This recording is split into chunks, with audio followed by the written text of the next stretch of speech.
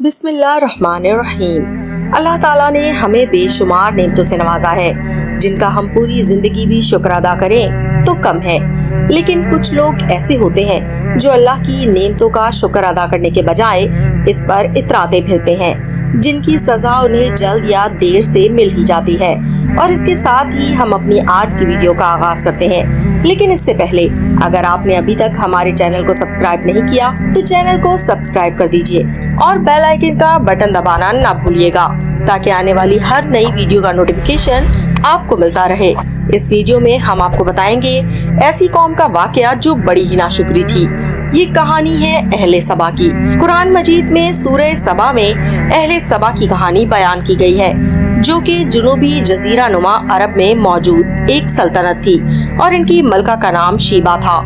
इस बाब में बादशाही के वसी बागात और ज़र्रात की वजाहत की गई है, जो लोगों की तरफ से बनाए गए एक अजीम डैम से मुमकिन हुए। आइए वहाँ की पूरी कहानी आपको बताते हैं। बहुत सदियों पहले, हजरत ईसा अलैहिस्सलाम की पैदाइश से भी बहुत पहले, यमन की कदीम सरजमीन पर सबा नामी कबीले के निहायत दौलतमंद और ताकतवर लोग रहते थे। इस इलाके का सबसे बड़ा शहर मोरब था। तकरीबन 1000 बरस तक इस खत्ते में दौलत की रेल पेल थी, जिसकी वजह से उन्होंने तरक्की की बुलंदियों को छू लिया था। दरअसल सबा के लोगों ने जमीनी और समुद्री रास्तों के जरिए तिजारत को फरोग दिया। मोरब कदीम शहर था, जो कि मौजूदा शहर सना से 50 मील के फासले पर था। ये अरब और शाम के दरमियान इस्तेमाल होने वाली कदीम राह गुजर पर आबाद था। वैसे तो सबा के लोग बहुत मेहनती हुआ करते थे। उन्होंने एक बहुत बड़ा डैम तामीर किया था, जिसको मोरब डैम या सदाउल मोरब का नाम दिया गया है। ये डैम बनाने में उन्हें कई साल लग गए। ये कोई मामूली डैम नहीं था, बल्कि इस दौर की इंजीनियरिंग की एक बेहतरीन मिसाल था। सबा के लोगों ने अपनी अजीम सलाहियतों के जरिए करीबन 2 मील लंबा और 120 फुट ऊंचा डैम बनाया था। इस डैम ने इस इलाके की अहमियत को और ज्यादा बढ़ा दिया। ये डैम इलाके में बेपनाह दौलत लेकर आया, जिससे अहले सबा ने सड़कें और नहरें बनाई और इनके चारों तरफ बागात उगाए। इन सरसब्ज़ो शादाब बागात में दरख्त और पौधे फलों से लदे हुए थे और इन बागात और खेतों को नदियों के जरिए पानी दिया जाता था। गर्ज के वो तमाम बुनियादी तरक्की जो हम हासिल करते हैं, वो अल्लाह की रजा से ही मुमकिन हो पाती है।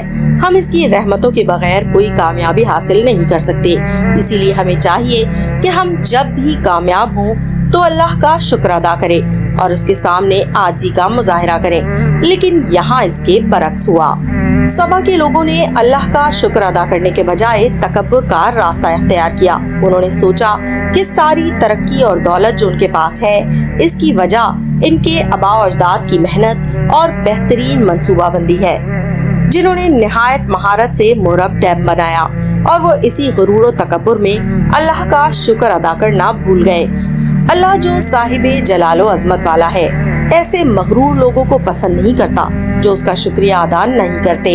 चुनाचे 5वीं सदी में यमन के मशरकी पहाड़ी इलाकों का पानी मोरब डैम के साथ झील में जमा होना शुरू हो गया, जिसकी वजह से डैम की दीवार में दरारें पड़ने लगी। इसके बाद एक बड़ा सैलाब आया और डैम तबाह हो गया, जो दोबारा कभी मरम्मत नहीं किया जा सका। ये इस मुल्क के लिए एक शदीद बहरान था, जिसकी वजह से वो रफ्ता रफ्ता बदहाली का शिकार होने लगे। सबा के सरसब्ज़ो शादाब बागात बंजर हो गए। जायकेदार फलों के दरख्त उजड़ गए।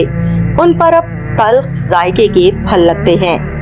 खुशबूदार पौधों और फूलों की जगह जंगली जड़ी बूटियों और झाड़ियों ने ले ली, जिनमें ऐसे दरख्त शामिल थे जो ना ही फल पैदा करते थे और ना ही साया देते थे। अनार, खजूरों और अंगूरों की बेलें अब सूख चुकी थी। सबा के लोगों को मिलने वाली सजा तमाम इंसानियत के लिए एक सबक है कि हमें अपनी कामयाबी पर गुरूर और तकब्बुर करने के बजाय अल्लाह ताला की नेमतों का शुक्र अदा करना चाहिए, जिसकी रजा से ही हर कामयाबी हासिल होती है।